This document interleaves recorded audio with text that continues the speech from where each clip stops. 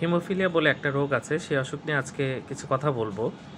Haemophilia এটা একটা x linked disease এবং ছেলেদের মধ্যে এটা বেশি দেখা যায়।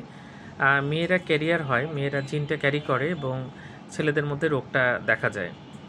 যাক, বাচ্চা যখন হামাগুড়ি দিতে শেখে তখনই এই রোগটা ডায়াগনোসিস করা যায় এবং আমাদের রক্ত জমাট বাঁধার জন্য 13টা উপাদান লাগে। তার মধ্যে 8 নম্বর উপাদানের নাম হচ্ছে অ্যান্টি হিমোফিলিক ফ্যাক্টর। এই ফ্যাক্টরের অভাবেই কিন্তু হিমোফিলিয়া হয়। এটা আমাদের রক্ত জমাট বাঁধতে সাহায্য করে। তো হিমোফিলিয়া হলে রক্ত জমাট বাঁধেন এবং বাচ্চারা পড়ে গেলে দেখা যাচ্ছে অনেকক্ষণ ব্লিডিং হচ্ছে, সমস্যা দেখা যাচ্ছে, অনেক সময় জয়েন্টে ব্লিডিং হয়। এটা মাইল্ড হতে পারে, মানে সামান্যর থেকে অনেক সিভিয়ার, অনেক বেশি মাত্রার হতে পারে। তো যাক, ফ্যাক্টর 8 দিয়ে এটা চিকিৎসা করা হয় এবং অনেক সময় ফ্যাক্টর 8 দিতে দিতে এটা এগেনস্ট অ্যান্টিবডি তৈরি হয়, তখন কিন্তু সেটাও কাজ করে না। তো যাক, হিমোফিলিয়া আমাদের দেশে কম পাওয়া যায়, তারপর অনেক রোগী আছে। আমাদের রাজশাহী মেডিকেলে হিমোফিলিয়া রোগী আসে এবং সেটার সঠিক চিকিৎসাও পাই। এরকম অনেক রোগী আছে, প্রায় 300-400 রোগী আমাদের এখানে রেজিস্ট্রেশন করা।